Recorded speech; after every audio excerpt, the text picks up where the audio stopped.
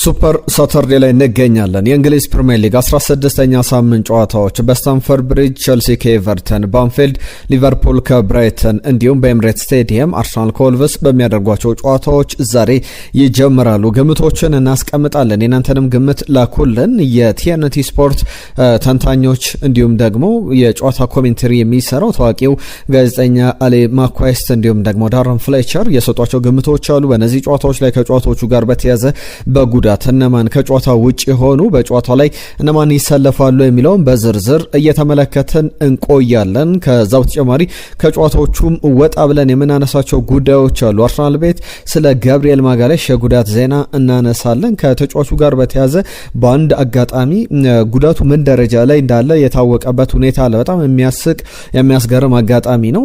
በብዙሃን መገናኛዎች ተመልክተነዋል። ጉዳዩን በስፋት እንመለከተዋለን። መቼ ሊመለስ ይችላል የሚለውንም በትክክል ሊገልጽ የሚችል ጉዳይ ነው። ከጋብሪኤል ማጋሌሽ በተጨማሪ ጋብሪኤል ኢየሱስን በተመለከተ ሚካኤል አርቴታ የሰጠው አስተያየት አለ። አርሰናል ቤት ቆየት ብለን ዝውውሮችን ስናነሳ አንድ ግብ ጠባቂ ከአርሰናል ጋር ስሙ እየተያዘ ይገኛል።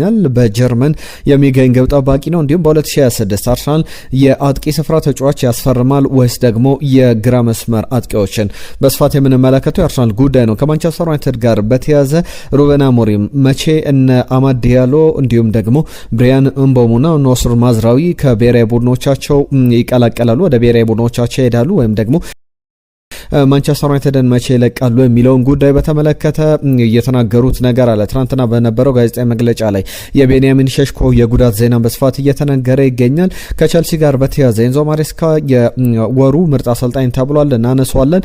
የኮል ፓልመርም የጉዳት ዜና፣ ዌስሊ ፎፋናን በተመለከተ በዝውውር ዜናዎችም የኤሊየት አንደርሰን ጉዳይ ከቸልሲ ጋር የሚነሳ ጉዳይ ነው። ሊቨርፑል ቤት ቆየት ብለን ማርክ ጌይ እንዲሁም ደግሞ የመሐመድ ሳላ ጉዳይ አነጋጋሪ ሆኖ ሰንብቷል። በዚህ ጉዳይ ላይ አዳዲስ ሲወጡ ጉዳዮች አሉ። አሰልጣኙ ማንን አረጋግጧል። እንዲሁ ስለ ማንቸስተር ሲቲም እናነሳለን። በተለይ ደግሞ ከሮድሪ የጉዳት ዜና ጋር በተያዘ ነገ ነው ማንቸስተር ሲቲ የሚጫወተው። የሚጠበቁ ጉዳዮች ናቸው። ጤና ይስጥልን የተወደዳችሁ፣ እንግዲህ እነዚህንና ሌሎች ጉዳዮችን እየነገርናችሁ እንቆያለን። በቻላችሁት በያላችሁበት አብራችሁን ቆዩ። መልእክቶቻችሁን ጻፉልን፣ ግምቶቻችሁን አስቀምጡ። ቸልሲ ከኤቨርተን ውጤቱን ገምቱ። ሊቨርፑል ከብራይተን፣ አርሰናል ከወልቭስ ለስንት ይጠናቀቃሉ? ጨዋታዎቹን ገምቱ። በስፋት የምንመለከታቸው ጉዳዮች ናቸው። ከጨዋታዎቹ እንጀምራለን። ጨዋታዎቹን በተመለከተ አስቀድመ 12 ሰዓት ላይ የሚደረገውን የቸልሲና የኤቨርተንን ጨዋታ ነው የምናነሳው። ቸልሲ ከኤቨርተን በሚደረገው ጨዋታ ላይ አሰልጣኝ ኤንዞ ማሬስካ የህዳር ወር ወይም የኖቬምበር ወር የፕሪሚየር ሊጉ ምርጥ አሰልጣኝ ተብሎ ተመርጧል። በኖቬምበር ወር ቸልሲ አንድም ጨዋታ አልተሸነፈም። ኤንዞ ማሬስካም ለዚህ ይመስላል የወሩ ምርጥ ተብሎ የተመረጠው። በእነዚህ ጊዜያት ላይ ጥሩ እንቅስቃሴ ያደረገው ቸልሲ አሁንም ባለፉት ጨዋታዎች ላይ በተለይ በሊድስ የተሸነፈበት ጨዋታ በጣም የሚያስቆጭ ነው። በቸልሲ ጨዋታ ላይ የሚጠበቁ ተጫዋቾች አሉ። በእነዚህ ተጫዋቾች የጉዳት ዜና ላይ የባለፉት ጊዜያትን መረጃዎች ስንሰማ ነበረ። በተለይ ዌስሊ ፎፋና ከጉዳቱ ሙሉ ለሙሉ አገግሟል፣ ሪከቨር አድርጓል፣ ለጨዋታውም ዝግጁ መሆኑን ተመልክተናል። ከዛ በተጨማሪ ኮል ፓልመርን በተመለከተ በቸልሲ ደጋፊዎች በደንብ እየተናፈቀ ይገኛል። ባለበት ሰዓት ላይ እንደ ጎልድ እንደ ወርቅ የሚቆጠር ጎልድ ፓልመር የሚሉት ብዙ ግቦችን የሚያስቆጥር ጎል ፓልመር የሚሉት የተረጋጋው ተጫዋች ኮል ፓልመር ብለው ይጠሩታል። አሁንም የሱ ተጫዋች የቸልሲን እንግዲህ ዕጣ ፈንታ ሊወስን የሚችል ጥሩ ብቃት ላይ መገኘት ከቻለ ቸልሲ በደንብ ፐርፎርም ማድረግ የሚችል አይነት ተጫዋች ነው። ግን ማስቆጠር እሱ ካለ ብዙ ቸልሲ የሚቸገር አይደለምና በጉዳት ዜናዎች ላይ አሰልጣኝ ኤንዞ ማሬስካ ለጨዋታው ዝግጁ ስለመሆኑ ተናግሯል። ቸልሲ ኤቨርተንን በሚገጥምበት ጨዋታ ላይ በተለይ እዚህ ያጋጠመው ጉዳት ግሬን አካባቢ ያለበት ጉዳት በተደጋጋሚ ያገረሸበት ይገኛል። ሙሉ 90 ደቂቃ ለመጫወት እንኳን እየከበደው ይገኛል የሚል አስተያየቱን ሰጥቷል። ኤንዞ ማሬስካ ከሊድስ ጨዋታ በኋላ በሊድስ ቸልሲ ከተሸነፈ በኋላ በጣም ከባድ ቀን ነበር ያሳለፈው። መሙ አገርሽቶበት ነበረ። ከቦርመዝ ጨዋታ በኋላ ደግሞ የበለጠ ትንሽ ኦኬ ነበረ፣ ደህና ነበረ የሚል ነገር አንስቷል። ዴይ ባይ ዴይ እንዴት ፊል እንደሚያደርግ እንዴት ህመሙን እየተሻለው እንዳለ እየተመለከተን የምንወስነው በሳምንቱ 3 ጨዋታዎችን መጫወት ፍጹም የሚችልበት ደረጃ ላይ አይደለም የሚል አስተያየቱን ሰጥቷል። ከባዱን ኤቨርተን በስታንፈርድ ብሪጅ የሚገጥመበት ጨዋታ ስለ ስንት ይጠናቀቃል? ግምታችሁን አስቀምጡልን። ሊቨርፑል ከብራይተን የሚደረገው ጨዋታ አስቀድሞ በተለይ በሞሐመድ ሳላ ጉዳይ ብዙ ሲባልበት ነበረ። ሞሐመድ ሳላ ለጨዋታው ተጠርቷል። በብራይተን ጨዋታ ላይ ይሰለፋል ወይም ደግሞ ለቡድኑ ስብስብ ተካቷል። አሰልጣኝ አርነ ስሎት ይህንን አረጋግጧል። በሊቨርፑል በኩል አስቀድሞ ጋዜጣዊ መግለጫ ሲሰጡ ወደ በኋላ ላይ ከሞሐመድ ሳላ ጋር ፊት ለፊት እንነጋገራለን እንወስናለን ሲሉ ነበር። በተለይ ከኢንተር ሚላን ጨዋታ ውጪ የሆነው አንድም የክለቡ ውሳኔ አንድም የኔም ውሳኔ ነበረ። በጋራ ከክለቡ ጋር የወሰነው ነው። የኔም መስማማት ያስፈልግ ነበረ። እንደዛ ነበር የወሰነው። አሁን በዚህኛው ጨዋታ ላይ ግን ተጫዋቹ እንዲመለስ ውሳኔያችንን አስተላልፈናል የሚል መልእክታቸውን ተናግረው ሊመለስ ይችላል ከሱ ጋር እንነጋገራለን ሲሉ ነበር። በኋላ ላይ ሊቨርፑል ይፋ አድርጓል። ስካይ ስፖርት ሌሎችም ዚ አትሌቲክ ጭምር ይፋ ያረጋገጡት መረጃ ነው። በብራይተን ስኳድ ውስጥ ተካቷል። ዛሬ በተቀያሪ ወንበር ላይ አርነ ስሎት የሚመርጡት ከሆነ ደግሞ በመጀመሪያ አሰላለፍ ሞሐመድ ሳላን እንመለከተዋለን። በአንፊልድ ግን የሊቨርፑል ደጋፊዎችን ይሰናበታል ተብሎ አይጠበቅም። የሊቨርፑልና የብራይተን ጨዋታ ከተጠናቀቀ በኋላ የግብጽ ብሔራዊ ቡድንን ይቀላቀላል። በሞሮኮ ራባት በመጪው ሳምንት በቀጣይ ሳምንት የሚጀምረው የአፍሪካ እግር ኳስ ዋንጫ ላይ ግብጽ ብሔራዊ ቡድንን ይወክላል። ምንም አይነት ምክንያት የለኝም ሞሐመድ ሳላ በክለቡ እንዳይቀጥል የምፈልግበት ወይም ክለቡን እንዲለቅበት የምፈልግበት ምንም አይነት ምክንያት የለኝም ሲሉ ነበር አርነ ስሎት። እንግዲህ ሞሐመድ ሳላ ክለቡን ወደ አፍሪካ ዋንጫ ይሄዳል። ሊቨርፑልም ብራይተንን የሚገጥምበት ጨዋታ በደንብ የሚጠበቅ ነው። ሊቨርፑል አሁን በደረጃ ሰንጠረዡ ካለበት ሂደት አንጻር በደንብ ይህንን ውጤት ይፈልገዋል። ጨዋታውን ማሸነፍ የሚችል ከሆነ ነጥቡን 26 ማድረግ ይችላል። ቢያንስ ማንቸስተር ዩናይትድ እስኪጫወት ድረስ የማንቸስተር ዩናይትድን ደረጃ መራከብ ይችላል። ከሱ በላይ የተቀመጠውን ብራይተን የሚገጥመው ብራይተንን በደረጃ መብለጥ ይችላል። ኤቨርተን በቸልሲ የሚሸነፍ ከሆነ ኤቨርተንንም መብለጥ ይችላል። ማንቸስተር ዩናይትድን መብለጥ ይችላል ማንቸስተር ዩናይትድ ሰኞ እስኪጫወት ድረስ። ስለዚህ ለሊቨርፑል በጣም ወሳኝ የሚባል ጨዋታ ይመስላል። ቸልሲ ይህንን ጨዋታ ካሸነፈ ማንቸስተር ሲቲ እንዲሁም የክሪስታል ፓላስ ጨዋታ ይጠበቃል። በነገው ዕለት ቸልሲ ነጥቡን 28 ነው ማድረስ የሚችለው። ስለዚህ ቢያንስ በጊዜያዊነት አራተኛ ደረጃን መረከብ ይችላል። ከክሪስታል ፓላስ የሚጠበቅ አይነት ጨዋታ ነው። ምሽት ላይ የሚደረገውን ጨዋታ ምሳት ላይ እንመልከት። አርሰናል ከወልቭስ በኤምሬት ስታዲየም ይደረጋል። በጣም ከባድ ጨዋታ ነው ለወልቭስ። በጣም በሊጉ ደረጃ ላይ በስፋት ትናንትና ተመልክተናል። የሊጉ የመሪና የሊጉ የደረጃ ግርጌ ላይ የሚገኙ ሁለት ቡድኖች የሚያደርጉት ጨዋታ ነው። በተለያዩ አጋጣሚዎች ላይ በፕሪሚየር ሊጉ ታሪክ ወደ 13000 ገደማ የሚደረጉ የተደረጉ ጨዋታዎች ነበሩ በእንግሊዝ ፕሪሚየር ሊግ ታሪክ። በእነዚህ ደረጃ ላይ በተደረጉ ጨዋታዎች ላይ የሊጉ መሪና የሊጉ የመጨረሻ ደረጃ ላይ ያሉ ቡድኖች ሲገናኙ የጨዋታ ለ42ኛ ጊዜ ነው። ከዚህ በፊት 41 ጊዜ ተደርጎ የሊጉ መሪዎች በጣም ከፍተኛውን ብልጫ 30ውን አሸንፏል። በእነዚህ ሂደት ደግሞ የተደረጉ 4 ጨዋታዎችን ብቻ ነው የሊጉ ግርጌ ላይ ያሉ ቡድኖች ያሸነፉት። በእነዚህ አጋጣሚዎች ላይ ወልቭስ ደግሞ የማሸነፍ ታሪክ አለው። ማንቸስተር ዩናይትድን 2 ጊዜ ያሸንፏል። ቶትናም ሊቨርፑልን የሊጉ የመጨረሻ ደረጃ ላይ ተቀምጦ ያሸነፈበት፣ ኦልድሃም አትሌቲክም ማንቸስተር ዩናይትድን ያሸነፈባቸው 4 ጨዋታዎች ናቸው። ከዛ ውጪ አብዛኞቹ ጨዋታዎች በሊጉ መሪዎች አሸናፊነት የሚጠናቀቅ ነው። በዚህ ጨዋታ ላይ ከአርሰናል ጋር በተያያዘ የሚነሱ ዝርዝር ጉዳዮች አሉ። ከጉዳት ጋር በተያያዘ እነ ዴክላን ራይስ፣ ጆሬን ቲምበር፣ እነ ዊሊያም ሳሊባ ለጨዋታው ዝግጁ ይሆናሉ ተብሎ ይጠበቃል። ሚኬል አርቴታ ከሰዓት ትናንትና ጋዜጣዊ መግለጫ ሲሰጥ አንድ ልምምድ ይቀረናል፣ እሱ ልምምድ ከሰራን በኋላ የመጨረሻ ውሳኔዎችን እንዴት ተጫዋቾቹ ህመማቸው በጥሩ ደረጃ ላይ አገግሟል የሚለውን ከተመለከትን በኋላ እንወስናለን ብለዋል። ሚኬል አርቴታ እንደተለመደው ነው የጉዳት ዜናዎችን ይፋ አያደርግም። ተጠባቂነትን ተገማሽነትን ለማስቀረት በሚመስል መንገድ አይናገርም። ነገር ግን ዴክላን ራይስ፣ ጆሬን ቲምበር እንዲሁም ዊሊያም ሳሊባ ለጨዋታው ዝግጁ ይሆናሉ ተብሎ ይጠበቃል። ሌሎቹም ተጫዋቾች እንደተጠበቁ ናቸው። ገብርኤል የሱስ በጨዋታው ላይ እድል ያገኛል ተብሎ ይጠበቃል። በፕሪሚየር ሊግ ላይ በጣም ከረጅም ጊዜ በኋላ የመጫወት እድል ይሰጠዋል ተብሎ ይጠበቃል። ወደ በኋላ ላይ በዝውውር ዜናዎች ከአርሰናል ጋር በምናነሳቸው ጉዳዮች ይህንን ጉዳይ እንመለከተዋለን። የጉዳት ዜና ግን ከአርሰናል ጋር በተያዘ የጋብሪኤል ማጋሌሽን ጉዳይ ቅድም መግቢያ ላይ ሳነሳው ነበረ። ሲነሱ የነበሩ ጉዳዮች ነበሩ። በተለይ ከተጫዋቹ ጋር በተያዘ ጉዳት ላይ ይገኛል፣ መቼ ይመለሳል፣ ዲሴምበር መጨረሻ ላይ ሲባል ነበረ። ትናንት አንድ አጋጣሚ ተፈጥሯል። አባቱ በዛው እንግሊዝ በፔካሃም የ6-6 ጨዋታ እኛ በተለምዶ የፉትሳል የምንለው የእግር ኳስ ጨዋታ ላይ የተጫወቱ ነበረ። እሱ ደግሞ አባቱን እየተመለከተ ነበረ። በዚህ አጋጣሚ አባቱ አንድ ሁኔታ ያጋጠማቸዋል። እሱም እየተመለከተበት ጨዋታውን እየተመለከተበት ከነበረበት ቦታ በጣም ስፕሪንት አድርጎ በጣም እየሮጠ ሄዶ አባቱን ላይ እንግዲህ የነበራቸው አጋጣሚ ላይ ለመድረስ ግጭቶች ነበሩ የሚሉ ዘገባዎችን ዴይሊ ሜል ላይ ተመልክተናልና በዚህ ሰዓት ላይ እንግዲህ የጉዳት መጠኑ ያን ያክል የከፋ አይደለም ማለት ነው የሚል ግምት እንዲወሰድ አድርጓል። በጣም የሚያስገርም ነው። ባልተጠበቀ መንገድ የተመለከትነው ጉዳይ እንደሆነ መናገር ይቻላል። በትልቅ ደረጃ ብዙ የሚያወዛግብ ነገር አይደለም። ነገር ግን ገብርኤል ማጋሌሽ በቀጣይ ጨዋታዎች ላይ ፊት ሆኖ በሙሉ ጤንነት ወደ አርሰናል ጨዋታዎች ይመለሳል ተብሎ ይጠበቃል። የመሰል የጡንቻ ጉዳቶች አጋጥሞት እንደነበረ ይታወቃል። ይህ በአርሰናል በኩል እንደ ጥሩ ዜና የሚታይ ነው። በአጋጣሚዎች አንዳንድ ጊዜ ተጫዋቾች በአስቂኝ አጋጣሚ ጉዳት ያጋጥማቸዋል። አንዳንድ ጊዜ ደግሞ ተጫዋቾች በአስቂኝ አጋጣሚ እንደዚህ ጉዳታቸው የሚታወቅበት ሁኔታን እንመለከታለን። ለሁሉም አርሰናል መሪነቱ ማጠናከር የሚችልበት እነ ማንቸስተር ሲቲ ከመጫወታቸው በፊት የነጥቡን ወደ 36 ማድረስ የሚችልበት 16ኛ የእንግሊዝ ፕሪሚየር ሊግ ጨዋታ ዛሬ ምሽት ወልቭስ ከአርሰናል ምሽት 5 ሰዓት ላይ ባልተጠበቀ ሰዓት ላይ የሚደረግ ጨዋታ ይመስላል።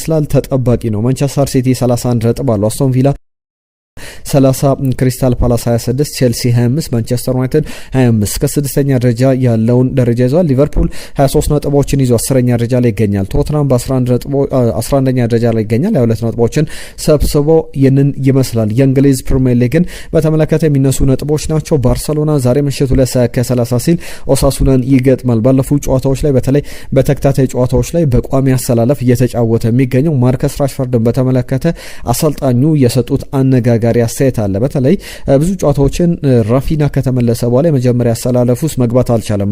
ካልተሳሳትኩ ባለፉት 6 ጨዋታዎች አንድ ጨዋታ ላይ ብቻ ነው ወደ መጀመሪያ አሰላለፍ ቋሚ 11 ውስጥ መካተት የቻለው። በዚህም አሰልጣኙ ሁልጊዜ ከተጫዋቾች ጋር ተቀያሪ ወንበር ላይ በቆዩበት ሰዓት ላይ እነጋገራለሁ። ከማርከስ ራሽፈርድ ጋርም ንግግር አድርጌ ነበረ። ነገር ግን ማርከስ ራሽፈርድ የመለሰልኝ መልስ እንደዚህ አይነት ሜንታሊቲ እንደሚያስፈልግ በቡድን ውስጥ የተረዳውበት ነውና ሜንታሊቲውም በጣም የሚያስገርም ነው። አስረዳለሁ ለምን እንዳልተጫወቱ ምን ማድረግ እንዳለባቸው ምርጫዬን እንዲገባቸውና በቡድን ውስጥ ቅያሜ እንዳይኖር ቅራኔ እንዳይኖር የአሰልጣኞች የሚያደርጉት ነገር ነውና አሰልጣኙም ከማርከስ ራሽፈርድ ጋር ተነጋግሬ ነበር። ለምን እንዳልተጫወተ ለማስረዳት ሞክሬ ነበር። ነገር ግን ኮች ችግር የለውም ዋናው 3 ነጥብ ማግኘታችን ነው ያ ነው ማተር የሚያደርገው ብሎ ነግሮኛልና ይህንን ሜንታሊቲውን በእጅጉ ወድጄለታለሁ የሚል አስተያየታቸውን ሰጥቷል። ከፕሪሚየር ሊጉ ጋር ቀደም ግምቶችን አስቀምጣለሁ ስል ነበር። የቲኤንቲ በተለይ የጨዋታ የቀጥታ ስርጭትን ቲኤንቲ ስፖርት ላይ የምትመለከቱ ከሆነ አሊ ማኳስት እንዲሁም ደግሞ ዳረን ፍሌቸር በጣም ታዋቂ የሚባሉ ስመጥር በጣም ጎበዝ ጋዜጠኞች የጨዋታ አስተላላፊዎች ናቸው። ግምቶቻቸውን አስቀምጧል። ቸልሲ ከኤቨርተን የዛሬን ግምቶች እናስቀምጥ። ቸልሲ ሁለቱም አሊ ማኳስት እንዲሁም ዳረን ፍሌቸር 2-0 ቸልሲ ያሸንፋል ብለው ግምታቸውን አስቀምጧል። ሊቨርፑል ከብራይተን 3-1 በሆነ ውጤት ያሊ ግምት ነው። እንዲሁም ዳረን ፍሌቸር 2-1 በሆነ ውጤት ሊቨርፑል ያሸንፋል። ሁለቱም አሸናፊነቱን ለሊቨርፑል ሰጥቷል። አርሰናል ኮልቭስ አንደኛው አዲማኩስ 3-0 ይጠናቀቃል። እንዲሁም ደግሞ ዳረን ፍሌቸር 5-0 በሆነ ውጤት አርሰናል ያሸንፋል ብለው ግምታቸውን አስቀምጧል።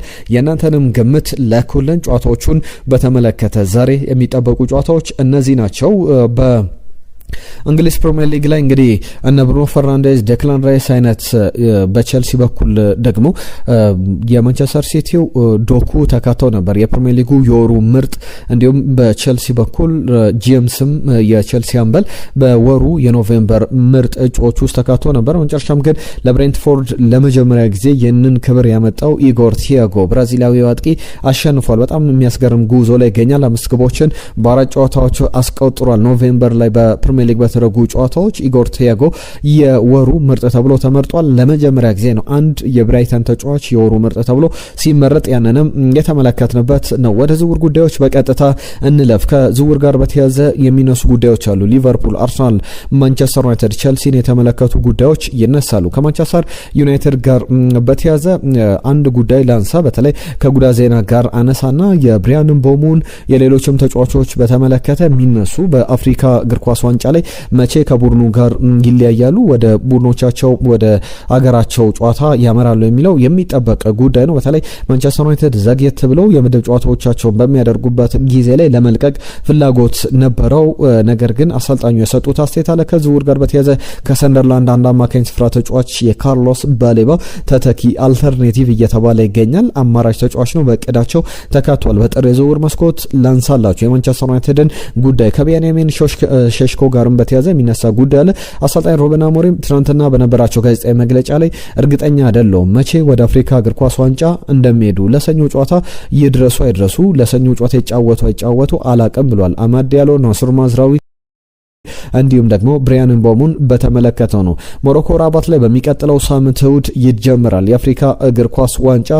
በተለይ ሞሮኮ ከኮሞሮስ በምታደርገው ጨዋታ ላይ ናስሩ ማዝራዊ ሊሰለፍ ይችላል። የሞሮኮ ብሔራዊ ቡድን ተጫዋች እንደሆነ ይታወቃል። በዚህ ጨዋታ ላይ ለመድረስ ደግሞ ማንቸስተር ዩናይትድ ቦርመዝን ሰኞ ሲገጥም ይጫወት አይጫወት እርግጠኛ አይደለሁም የሚል አስተያየታቸውን ሰጥቷል። በተመሳሳይ ለአማድ ዲያሎም ለብሪያን ምቦሞም ተመሳሳይ ነገር አንስተዋል። በእርግጥ ተጫዋቾቹ እስከ ሰኞ ይቆያሉ ተብሎ ይጠበቃል። አሰልጣኙ ያንን ይበሉ እንጂ በተለይ ሶስቱንም ተጫዋቾች በተመለከተ ብሔራዊ ቡድኖቻቸውን እያነጋገርን እንገኛለን ለሰኞ ጨዋታ እንዲደርሱ፣ ከዛ በኋላም የሚቆዩበት እድልም ካለ እንመለከታለን ብሏል። ካሜሮንና ኮትዲቯርን በተመለከተ በተመሳሳይ ቀን ነው ጨዋታቸውን የሚያደርጉት የአፍሪካ ዋንጫው ከተጀመረ በኋላ። እነዚህን ጉዳዮች አሰልጣኙ አንስተዋል። የሚጠበቁ አይነት ጉዳዮች ናቸው። ከዛ ውጪ የቤንያሚን ሼሽኮ ጉዳይ ጉዳት ላይ ሰነባብተዋልና መቼ ይመለሳል በሚለው አሰልጣኙ አስተያየታቸውን ሰጥተዋል። በጉዳት ዜናዎች በተለይ በማንቸስተር ዩናይትድ ማቲያስ ዲየላይት እንዲሁም ደግሞ ሃሪ ማጓየር ለጨዋታው ዝግጁ አይደሉም፣ በቦርመዝ ጨዋታ ላይ አይደርሱም የሚል ነገር ተነስቷል። ቤንያሚን ሼሽኮ ግን ለጨዋታው የሚመለስበት እድል ሰፊ ነው። በተለይ ጥርጣሬ ያላቸው ባለፉት ቀናት ላይ የምግብ መመረዝ ነገር አጋጥሞታልና እሱን በቶሎ የሚላቀቅ ከሆነ ለጨዋታው ይደርሳል የሚል ግምት እንዳላቸው ተናግረዋል። ከቶትናም ጋር በነበረው ጨዋታ ነበረ ስሎቬኒያዊ አጥቂ በጉዳት ምክንያት የወጣው፣ ከዛ በኋላ አልተመለከትነውም ነበር። እነዚህ ከማንቸስተር ዩናይትድ ጋር በተያዘ የሚነሱ ጉዳዮች ናቸው። ዝውውር ጉዳዮችን ደግሞ ላንሳላችሁ። ከሳዲቅ ጋር በተያዘ የሚነሳ ነው። የሰንደርላንድ ተጫዋች ነው። በአፍሪካ ዋንጫ የመጨረሻ የዚህ ዓለም ዋንጫ ማጣሪያዎች ላይም ስንመለከተው ነበረ። ዴሞክራቲክ ሪፐብሊክን ኮንጎን ይወክላል ሳዲቅ።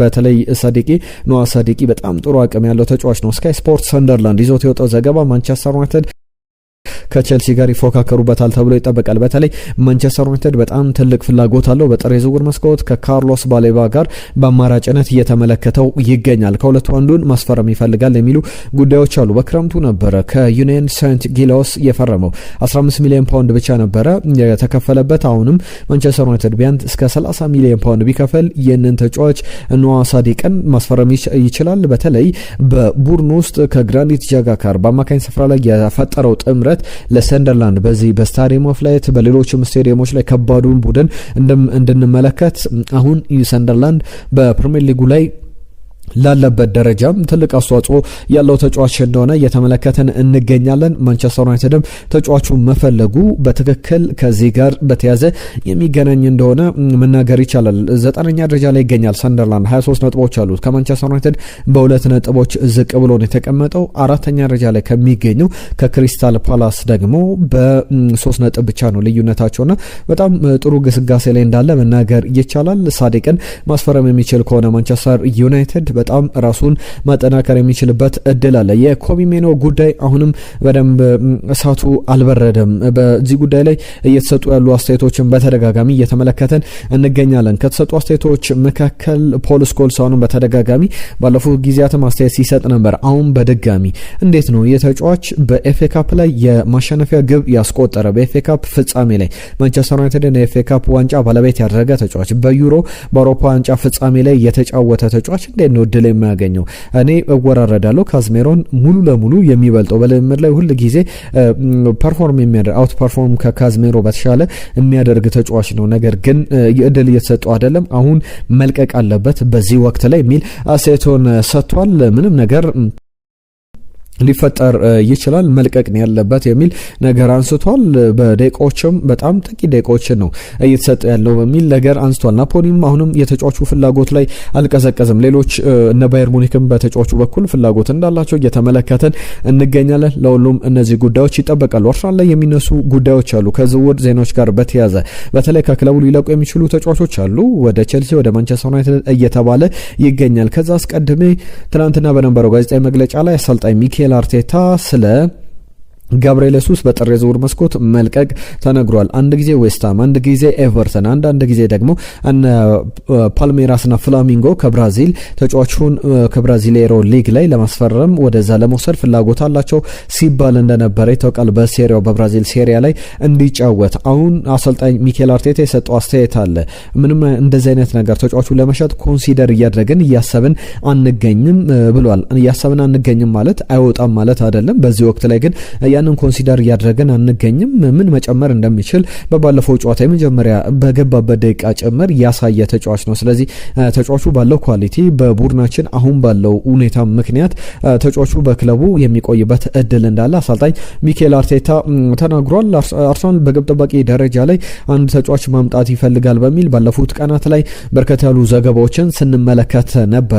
በተለይ ደግሞ የዶርትመንድ ንብረት ነው። ለኮሶቮ ብሔራዊ ቡድን ይጫወታል። የቀድሞ የወጣት ደረጃ ላይ በጀርመን ብሔራዊ ቡድን የዩዝ ሌቭል ላይ ሲጫወት የተመለከትነው ተጫዋች ነው። ዲያንት ረማጃ ይባላል። የተጫዋች 24 ዓመቱ ላይ ይገኛል። በግብ ጠባቂነት ደረጃ ጥሩ አቅም ያለው ተጫዋች ነው። በውሰት ውል ከዶርትመንድ ውጪ በነ ሄደኒየም ሲጫወት ተመልክተነዋልና እነ ስፖርት ያሉ በጀርመን ብዙ መገናኞች አርሰናል ፍላጎት አሳይቷል። ይህንን ግብ ጠባቂ ለማስፈረም ለረጅም ጊዜ ዳቪድ ራያ እንግዲህ ተፎካካሪ አድርጎ ለማቆየት ይፈልጋል የሚሉ ሲነሱ የነበሩ ጉዳዮች አሉ። ከዚህ በፊት ከቀናት በፊትም የዚዮን ሱዙኪ የጃፓናዊ ግብ ጠባቂ የፓርማውን ግብ ጠባቂ ሲፈልግ ነበር የሚሉ ጉዳዮች አሉ። 2026 ላይ ደግሞ አርሰናል አጥቂን የሚያስፈርመው አውት ኤንድ አውት ስትራይከር 9 ቁጥር ሚን ያለው አጥቂን የሚያስፈርመው ወይስ ደግሞ ዊንገሮችን ያመጣል የሚለው ሲጠበቅ ነበረ። አሁን እንደ ስኮር 365 ዘገባ ከሆነ የሚነሱ ጉዳዮች አሉ። 2026 ከጥር የዝውውር መስኮት ጀምሮ ታርጌት አድርጎ የሚንቀሳቀስባቸው ዝውውሮች አሉ ተብሏል። አንቶኒዮ ሴሜኒዮ ወይም ደግሞ እነ ሮድሪጎ አይነት ተጫዋቾችን የሌፍት ዊንግ ተጫዋቾችን በግራ መስመር ቦታ ላይ ማጥቃት የሚችሉ ጥሩ አማራጭን መስጠት የሚችሉ ተጫዋቾችን ማተር ያደርጋል። ለማስፈረም እያማተረ እንደሆነ የሚያሳዩ ዘገባዎች አሉ። በትልቅ ደረጃ እየተነሳ ይገኛል። በቀጥታ አጥቂ ላይ ማስፈረም አይፈልግም። ቪክተር ዮኬሬሽ ላይ አሰልጣኝ ሚኬል አርቴታ እምነት እንዳሳደረና አሁንም ትናንትናም ሲሰጥ ነበር አስተያየቶች ሚኬል አርቴታ አዳፕት ማድረግ ያስፈልገዋል፣ ጊዜ እንሰጧለን የሚል ነገር ሲያነሳ እንደነበረ ተመልክተናል። እነዚህ የሚነሱ ጉዳዮች ናቸው። ከአርሰናል ሊለቁ ከሚችሉ ተጫዋቾች መካከል ባለፉት ቀናት ኤታን ንዋኔሪን በተመለከተ ብዙ ሲባል ነበረ። ዘንድሮ በፕሪሚየር ሊጉ ላይ በ15 ጨዋታዎች የአርሰናልን 12 በመቶ ደቂቃዎችን ብቻ ነው የተጫወተው። ያ ማለት ብዙ ጨዋታዎችን እየተጫወተ አይደለም። አብዛኞቹ ጨዋታዎች ላይ ጥቂት ደቂቃ የ5 ደቂቃ 10 ደቂቃ እድል ነው እየተሰጠ ያለው። ክለቡን ለቆ ደግሞ በደንብ ራሱ ማሳየት የጨዋታ ጊዜ የሚያገኝበትን ክለብ ሊቀላቀል ይችላል የሚሉ ጉዳዮች አሉ። በውሰቱ ልም ሆነ በቋሚነት የፕሪሚየር ሊጉ ክለቦች እና ዌስትሃም ዩናይትድ እና ሊድስ ዩናይትድ የተጫዋቹ ፈላጊ ናቸው። ነገር ግን በትልቅ ደረጃ በቋሚ ለማስፈረም ኤታን ንዋኔሪን ማንቸስተር ዩናይትድ እና ቼልሲ ፍላጎት አሳይቷል የሚሉ ዘገባዎችን በትልቅ ደረጃ እየተመለከትን እንገኛለን። በዚህ ወደ ቼልሲ ጉዳዮች ልለፍ። ከቼልሲ ጋር በተያያዘ የሚነሳ ጉዳይ አለ። ኤሊዮት አንደርሰንን ማስፈረም ይፈልጋል። ነገር ግን በዚህ ወቅት ላይ አይደለም ከማንቸስተር ዩናይትድ ጋር ይፎካከርበታል ተብሎ የሚጠበቅ እስከ 90 ሚሊዮን ፓውንድ ይወጣበታል ተብሎ የኖቲንጋም ፎረስት ተጫዋች ነው እየተገመተ ያለ አቅም ያለው ተጫዋች ነው። አንዳንድ ሰዎች እንዲሁ ስለሱ ሲናገሩ በጣም ኤሊት የሚባሉ ተጫዋቾች ኳስ ከእግራቸው አትነጥቃቸውም። ኤሊዮት አንደርሰንም እንደዛ አይነት ያለ አማካይ ነው ብለው ያሞጋግሱታል። በትልቅ ደረጃ አቅም ያለው ተጫዋች ነው። በክረምቱ ነው ይህ ዝውውር ሊሳካ የሚችለው። አንዳንድ ትልቅ ዝውውሮችን በጥር የዝውውር መስኮት ብዙ ጊዜ አይሳኩም ወይም ክለቦችም ትልልቅ የሚባሉ አሴታቸውን በጥር የዝውውር መስኮት ለቀው ቡድኑን መንገዳገድ አይፈልጉምና ያንን ውሳኔ በቼልሲም በኩል በማንቸስተር ዩናይትድም በኩል ቢወስኑም እናስፈርማለን ቢሉም ኖቲንጋም ፎረስት በጥር ተጫዋቹን ይለቀዋል ተብሎ አይጠበቅም የሚሉ ጉዳዮች በስፋት እየወጡ ይገኛሉ። ነገር ግን በቀጣይ ጊዜያት ላይ ምናልባት በትልቅ ደረጃ ልንሰማቸው ከምንችላቸው የዝውውር ሀሳቦች መካከል በትልቅ ደረጃ ይጠበቃል። ቼልሲ ራሱን ማጠናከር ይፈልጋል። ከአማካኝ ስፍራ ተጫዋች ይልቅ ግን አጥቂዎችም ላይ ትኩረት ያደርጋል ተብሎ የሚጠበቅ አይነት ዝውውር ነው። በቀጣይ ጊዜያት ላይ በስፋት እንመለከተዋለን። ቸልሲ ላይ አንድ ጉዳይ ላንሳ፣ የኦስካር ጉዳይ ነው። የቸልሲ የቀድሞ አማካኝ ወደ ቻይና ሲሄድ ብዙ ያነጋገረ በጣም በለጋ እድሜው ነበር ወደ ቻይና ሄደው 26 ዓመቱ ላይ ያለ ይመስለኛል ካልተሳሳቱ። አሁን 34 ዓመቱ ላይ ይገኛል። 8 ዓመትን በቻይና አሳልፎ ወደ ብራዚል ሊግ ተመልሶ ነበር ወደ ሳኦ ፖሎ ወዳደገበት ክለብ።